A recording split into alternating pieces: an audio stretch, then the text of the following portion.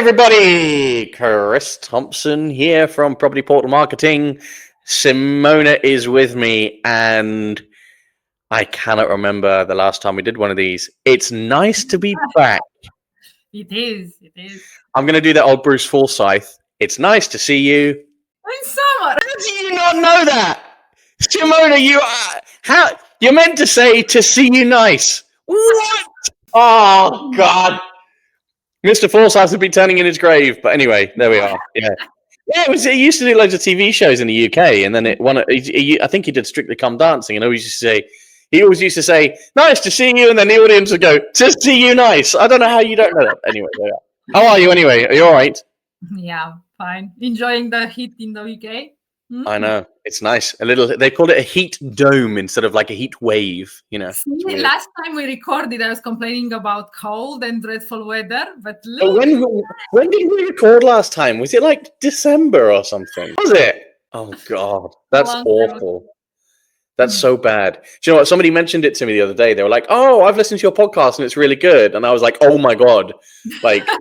Great, but yeah, we haven't done any new episodes since like December, so we've got 6 months worth of podcasts to catch up on, and AI, because everyone's talking about AI, and summer, and posts, and things like that. Actually, we posted something last week, or you posted something last week, and an agent came back and said, no, I totally disagree with what you're saying. Did you see that as well? Yeah, I said that. And I was like, yeah, okay, like we need to just... reword it.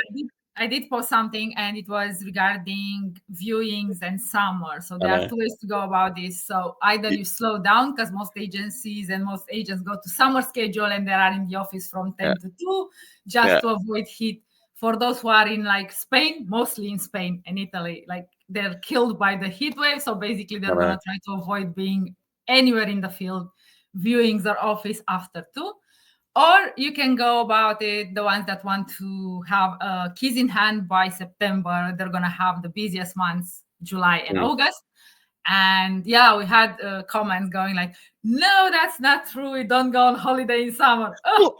But to be fair, Dan did have a good point, because you sort of went, I'm going to fact versus myth. And then I was sort of like, okay, great, like, because I love those kind of things. I love proving kind of these mythbusters wrong, or these mythbusters are like sort of the things they normally put out. And then I read Dan's comments. It was like, yeah, I totally disagree with what you're saying. And then I read your comments back, and I was like, yep, fair point. We probably should have made that a little bit clearer. But I suppose in this industry there isn't. This is not like valid for every single agency. So there will be some agencies that are going to be very busy in summer, and there are going to be others that are going to be like very low sales because they are on holiday, and all the like properties are not available for viewings because owners are on holidays as well. So it's what I said to him, really. I sort of wrote back and went, yeah, fair point. I said, I think what's important to note is the, like, over these next few months where a lot of agents and people do go on holiday, it's kind of twofold. So firstly, now's a really good time to start laying the groundwork. So already this month, and it's only the third of the month, we've had a few requests in from people saying, okay, well, I want to, renew my website, or how do I sort of work with my portal strategy over the next 2 or 3 months? Or, what do I need to do to try and generate more leads over this next few months? Because leads do decrease. I think what's important is lay the foundations, get prepared internally within your agency for the next few months, so you can really take advantage of the September, October, November boom. So that's the first side. The second side is, I wouldn't just completely discount everybody who's sort of looking at your windows. Yes, you do get the dreamer who's kind of on holiday going, "Oh, this is nice," looking at the prices. But also, it doesn't take much, especially now with this climate as well, right? I don't mean the weather. I mean the climate that's happening in the UK, the economic climate. I wouldn't just disregard everyone who's sort of looking at windows over the next 2 months, right? Because all it takes really is a little spark, a little inspiration. It might be that they see something in your window and they go, "Oh my God, wow, that's, that is genuinely what we have been looking for," right? So it doesn't take much, and it can start to, That's as Dan very rightly put it. He said something like, what was it? He said you've got to sow the seed and let it mature. I was like, that's a great analogy, but it is, some of those people who are sort of going on holiday this time of year, let's say to Spain or Portugal or Greece or Turkey or wherever they are, they might walk past your agency and it might just spur them to start thinking about that process of moving abroad or about buying a holiday. So, I wouldn't just completely disregard everybody because they're on holiday. No. And let's factor in something else. Some of those who are window shopping might not have all the finances in place for now. So some of them might need to take a loan or a mortgage. Some of them might need to discuss with their families. Yeah. So at this point, although they fall in love with a place, and probably they'll fall in love with a property, they still need to factor in a lot of the circumstances when they're gonna go back home. And yes, it's gonna take a while for them to come back to you and say, yes, I'm ready to come back for a viewing. So that will probably happen September, October, or even later on. Although you might get one or two that are just gonna go and say, ooh, there you go, found my home. I have the money for the deposit to basically buy the property. So let's go for it. I'm not waiting, because that happens as well. I think the general rule for July and August is the fact that most of the people are relaxed, agents and clients alike. So they're on holiday. Yeah. It's holiday. So July, maybe August, half August, they're gonna start thinking, September is coming, so we need to do something in the next 14 days by the 1st of September. July, though, it's quite a lazy month for everyone. They still think they have time. They still we are in the middle of summer. The sun is shining. Well, schools break up, don't they? I mean, I know Denmark, for example, they've already broken up. Germany, they've already broken up. Poland, they've already broken up. The UK doesn't break up for another couple of weeks yet, but everyone's sort of at that stage where they're like, well, we're breaking up, schools are breaking up, people are wanting to go on holiday and get busy. But I was thinking, actually, one of the really good things you can do over July and August is if you want to show off the lifestyle and what it could be like, go out and take photographs. Now's the best time to do it, right? Okay, yes, there's a load of tourists on the beach, which you're not going to have throughout the rest of the year, but June, July, August, and September is when things really do come alive. It's when you get the vibrancy, it's when you get the sunshine, it's when you get the cafes, the bars, the restaurants, the seafood. It's when you get everything else. Get your drones up. If you're doing drone footage, or you've got sort of just even get your cameras out, take the photographs, take the videos, because hey, now's a great time to do it when your houses are empty, especially if owners go away, right? And you've got the keys. Great time, perfect time to be doing that kind of stuff. This is one thing that most agencies are ignoring, and this is the lifestyle part of their business. So yeah, you're perfectly right. Summer, it's one of those moments where you have local festivals. So the festas, even in Spain, the fairs, the celebrations are going to be in full swing July and August. So you do get a lot of gastronomic events, and you do have a lot of local tradition that you can shoot and film. And also you can all take advantage of the tourists, because honestly, if you go around just filming or just talking to some of them and asking, oh, what do you think about this area? Would you like to live here? It's some local insight that you. If someone goes, no, I don't want to live here, I'm just here on holiday. Yeah. Obviously, don't post that. That'll be a bit weird. Hey, do you want to live here? No, I don't. No, I'll just come here on holiday. Cheap booze and beer, isn't it? If you walk along that plaza in Benidorm, it's like, oh, cheap booze, yay! No, I don't know. I don't want to live here. But I'm pretty sure most of them will say yes. It's an amazing place. Actually, you're probably right. Yeah, probably a lot of them would live there. But so yeah, I guess if you gather as much footage, like video footage and images throughout the summer, then you're gonna have a good stock for the winter months, just to highlight the areas you are having the properties in. And also, yeah, you're selling properties, you're also selling the neighborhood and the lifestyle that you can have in that house. So I guess this aspect is quite important for most buyers. Because okay, cheap booze, I get it. It might sell you like the location. It depends how much you like your alcohol. There's not much more to it other than just cheap booze, though. You know, we all know that there's so much more to living abroad than cheap booze and cheap food. Yeah, sunshine. Yes, exactly. But you have got the blue flag beaches, especially in Spain, and I think the Blue Flag Beach Organization just recently released their 2025 list, didn't they? They did that sort of May, I believe. So, Spain did very, very well. I think even Greece and Turkey did very, very well. And a couple of other countries were sort of in the top Greece 15. did very, very well, because basically one of their beaches was voted the most beautiful beach in the world. Yeah.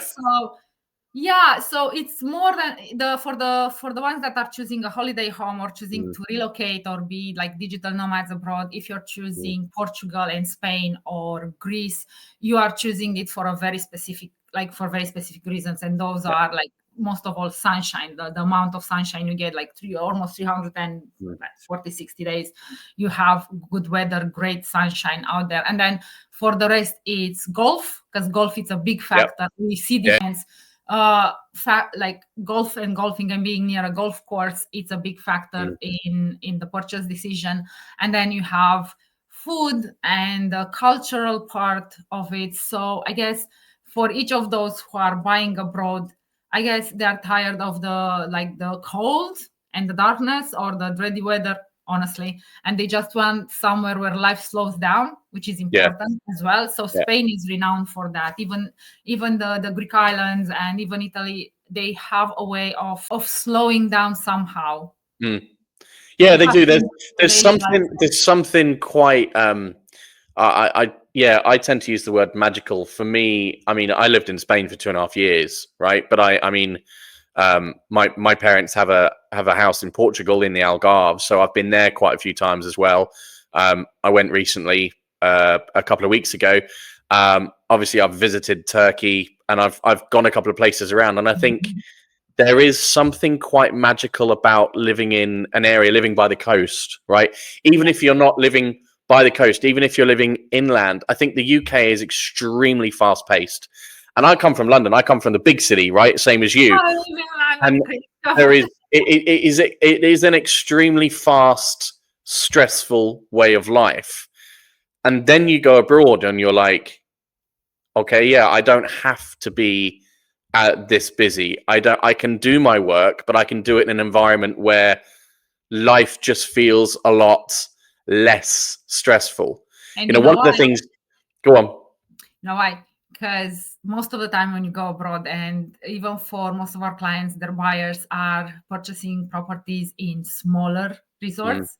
The distances are somehow compressed, so you don't take, like in London, 2 hours to commute from one place to another, and you lose 4 hours of your life on a daily basis just listening to the tube going round and round.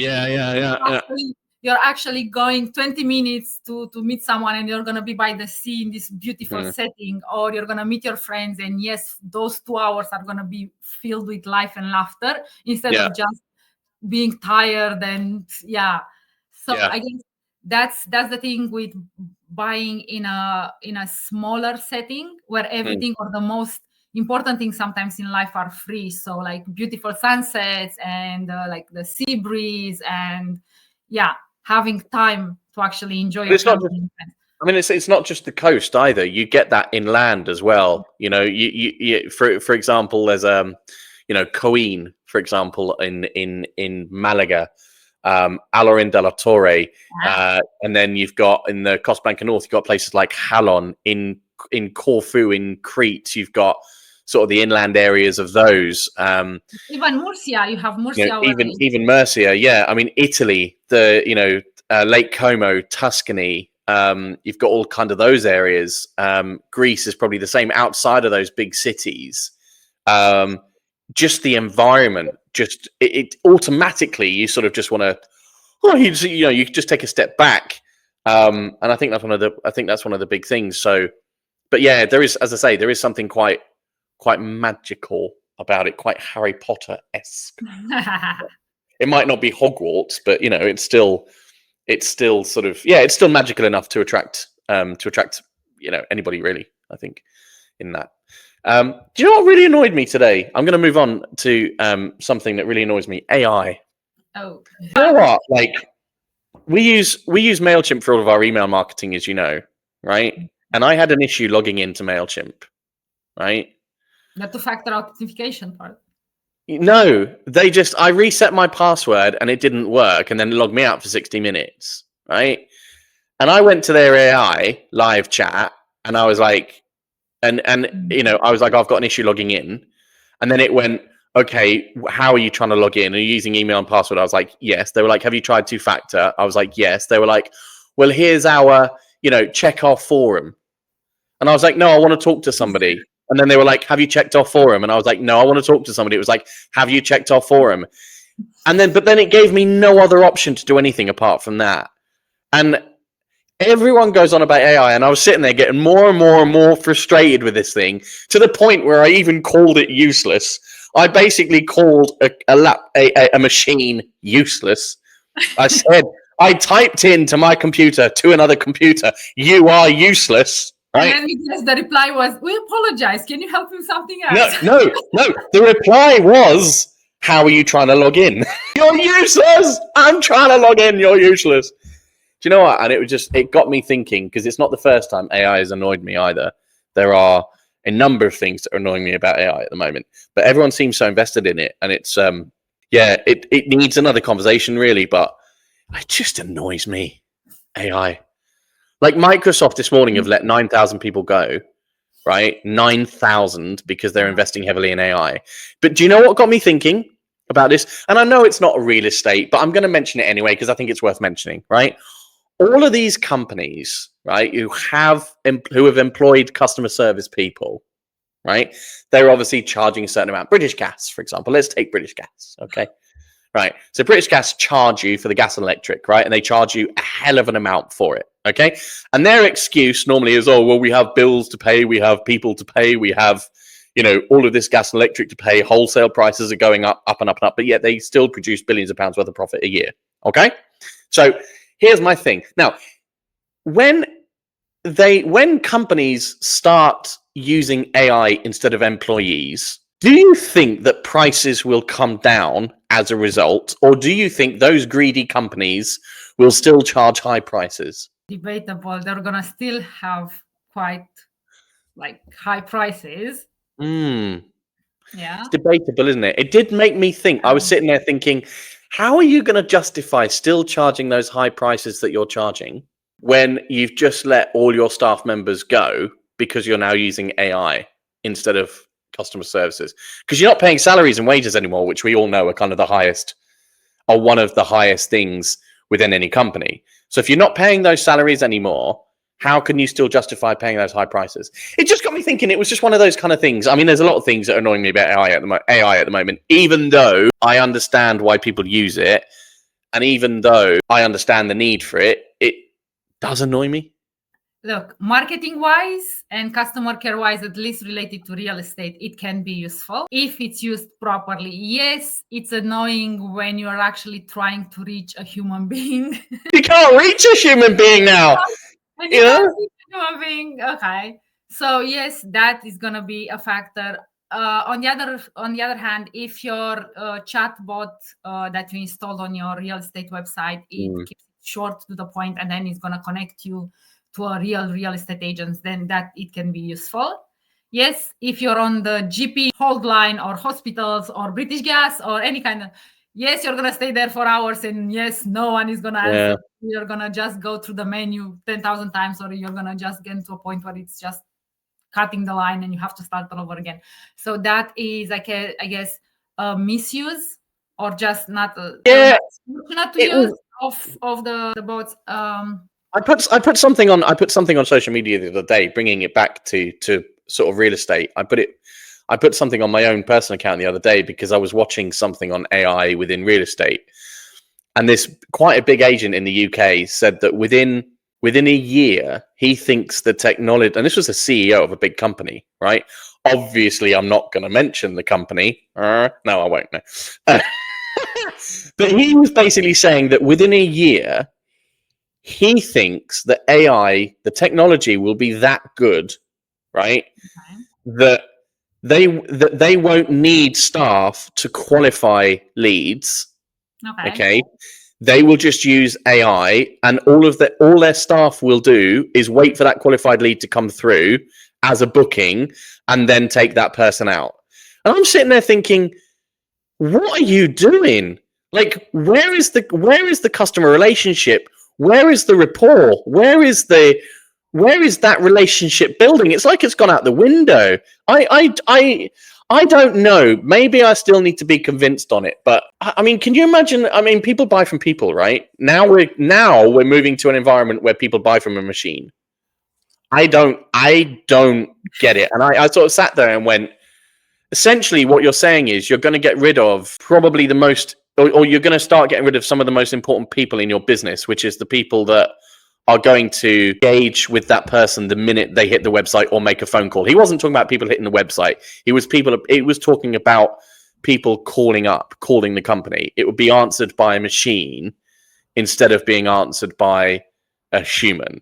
And I was sat there going, really? Like, is that really the way this industry's heading? I don't know. Maybe I'm sitting in the wrong, but it just seems to me that if that's the way that that AI is going to be within a year, what has happened to picking up the phone and actually speaking to a human being?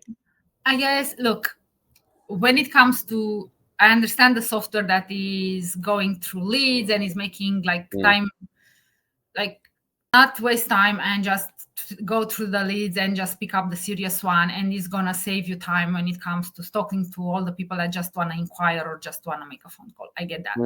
When it comes to actually sell a property, I don't think it's going to go through a machine, just because people tend to, you can buy from online shopping things that are not really crucial. You'll buy them with a bot. You have no problem. Homes, though, are personal. Homes will always be personal. It's not only finance. Exactly. But if they're personal, then... And then you also have a big portion of the buyers are going to be 60 plus, because those are the ones that want to retire, relocate, move somewhere where it's sunny. And those people, at least the generation that is now in their 50s, in their 60s, in their 70s, are not really used to just interact with a bot. They need that human connection. They need someone at the end of the line to make a joke with, like basically to have a chat, like a proper old-fashioned chat. Can you imagine how mundane we're going to be as people if we can't have a joke and a laugh? I mean, we're going to become a really boring population, aren't we? So I get the use of bots for technical parts, for NHS, for things that are related to like simple matters that they can be stated online. Press options, and 10 minutes later in your life, after pressing a lot of press 1 for this, press 2 for this, press 4 for this. I hate that, don't you? I hate that. I'm like, I just want to talk to someone. All I want to do is talk to someone. Press 1 for this, press 2. No, just put me through. That's it. Even to my son's school, every time I call the office, instead of alone, like in 30 seconds solving the problem, I have to listen to a 4 minutes menu where press 1 for this. And by the time I'm getting press 4 for the office, I'm already, but I wasted 4 minutes here. Okay, I might get that. But these are for like non-important things or non-urgent things that you can actually solve with the use of a software. That's fine. When it comes to homes, though, I would like to actually chat with a person that can explain to me or put my worries aside. If I have something to actually interact, I guess the part is interact with me as a human and actually, calm me down or explain more or convince me, which you can't do that with a bot. No. Well, no. The argument is that within a certain amount of time, you will be able to do that with a bot. But even then, I'm still talking to a machine. Effectively, that's what I'm doing. Whenever I make an inquiry online, right, with all of this kind of this live chat, I'm effectively talking to a machine. Now, I don't want to talk to a machine. It's like with MailChimp this morning. I got so frustrated with it, I was calling it useless. Right? I want to call a human being useless. I don't want to call a machine useless. But it was really funny because I was getting more and more frustrated. And then I went, hang on a minute. I sort of took a step back and went, you're talking to a machine that's been programmed. It doesn't understand the fact that you're telling it it's useless. Like, at least if I was talking to a human being, I could call, not that I would, but I would, if I wasn't getting anywhere, at least I could feel like I was getting somewhere. Does that make sense? Like with a machine, I'm just kind of going, the machine is going, I don't know, I haven't used two-factor, and it's like, Chris, my AI assistant, every time I'm saying you're useless, you're fired, he's like, my apology, let's start all over. At least you got my apologies. I didn't even get an apology. I didn't even get. In the end, I had to email them directly. To be fair, it's trained to be polite. I know. It is because they're not programmed to be polite. I don't know. Do you know what though? I do get the whole kind of. There is. I mean, one thing it does avoid is conflict. Right? So I guess where AI would. I mean, again, if I've got a problem, like one thing I say to our agents all the time is, if I've got a problem or somebody's got a problem with me, or with a website, or there's an issue with a feed or something, I don't want to go and have to talk to a machine to sort that problem out, because a machine at the end of the day probably isn't going to be able to fix that issue. It might give me ways that I can fix that issue, but if I don't understand that issue, I'm not going to be able to fix the issue, right? I want to be able to pick up the phone and I want to be able to talk to somebody about it. And when it comes, as you've rightly said, when it comes to a home purchase, it's a big thing. I'm not buying a t-shirt, I'm buying a house. I don't want to talk to a machine when I'm buying a house, but yeah, it's bizarre, this whole kind of AI argument. I don't know whether it's, dare I say, is it part laziness on behalf of agents that want to use AI to answer their phone calls or answer their emails? I don't know. Maybe I'm in the wrong. I'm going to get a backlash now from everybody going, I'm not lazy. Like, no, I'm not calling you lazy. I'm just saying, I don't know. It's I don't know. Maybe I still need to convince him. On my part is somewhere in the middle. So it is time saving when you have to go like back of the website, and even in the office, there is use for this. I just think you have to stop somewhere in the middle and take it over from there. So if you just rely on this one to answer everything and to do everything for you, you're gonna get that annoyance from people. If they can't get through to one of your agents, it's gonna just drop off. So I get it for social media. We use programmed bots to basically take in inquiries. So we do use that. And you get that, thank you for contacting us, how can we help you? And they are trained with scripts and they will get you through a point. But from that moment on, then someone from the agency has to actually pick up the phone and contact that person, because that's what you do. And you do get the chatbots on their website as well, and they are trained with a script from a certain point. But then yes, you have most of the agencies have direct contact. Some of them have forms, complete the form to contact us. Most of them will have at least one phone number there where you can actually reach an agent and talk to them. So for now, at least for real estate, yes, it's going to be an increased use in AI for this sector. Yes, they're going to use it more and more to like go through leads and to the main inquiries, like the first inquiries.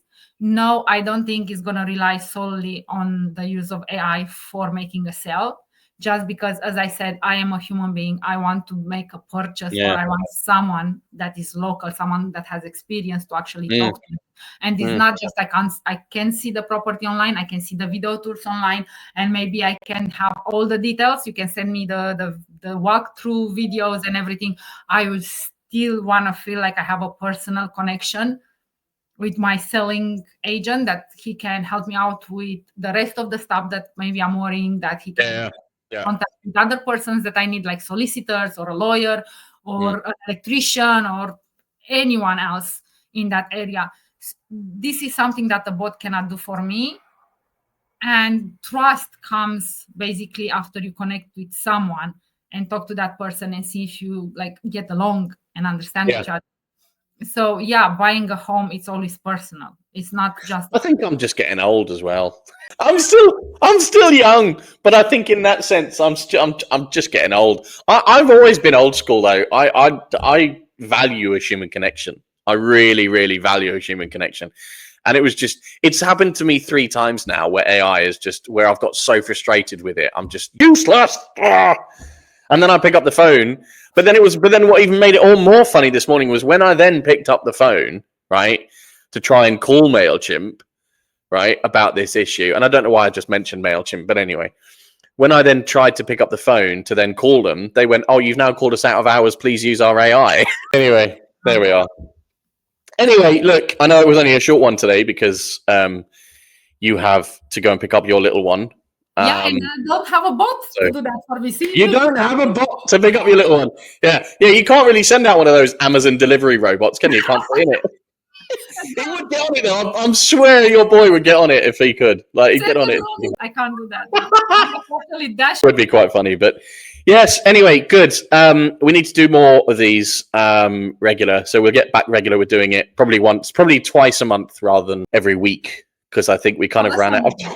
And we'll do some more live ones as well. So yeah, good stuff. All right, awesome. That was fun. I enjoyed that. I did miss doing them. So cool. All right. Thank you. Take care. Bye. Bye-bye.